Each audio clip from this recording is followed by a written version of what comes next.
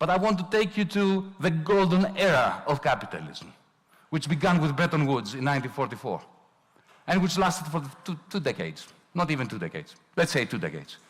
This was the only time when unemployment crashed to 2%, inflation was between 2 and 2.5% everywhere, in Europe, in Japan, in the United States, in Canada, and for the first time, something that matters to us today, inequality dropped profoundly. For the first time and last time. That system was predicated upon a single currency. The euro is not the first single currency. The gold standard was the first single currency. And the Bretton Woods system effectively replaced gold with the American dollar. So we were all dollarized after the Second World War. That's what happened, especially this country, okay, and my country, to some extent, okay? But that dollar zone, which was global capitalism,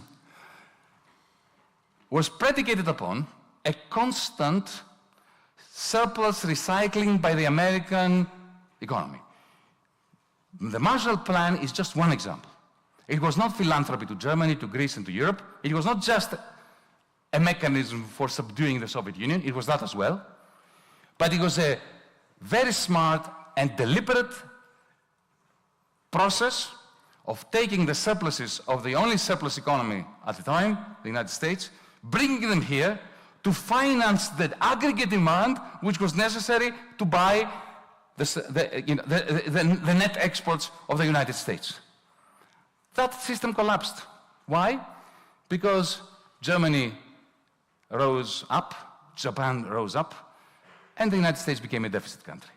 And at that point, unlike Europe, you know, the Americans are far more pragmatic than we are. When they see that a design of theirs no longer works, do you know what they do?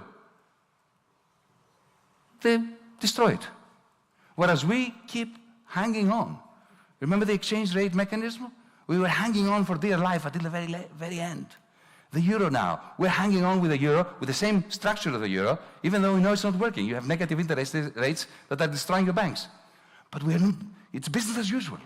The Americans don't do business as usual.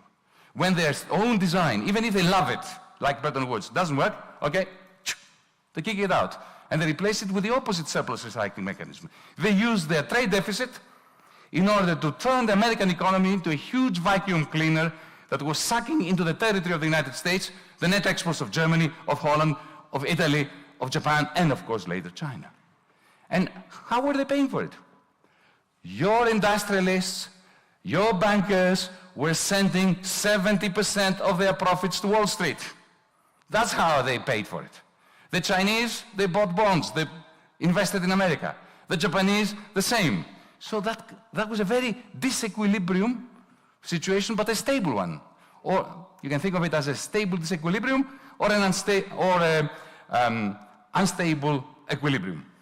Choose your language, the same situation. And that crashed and burned in 2008.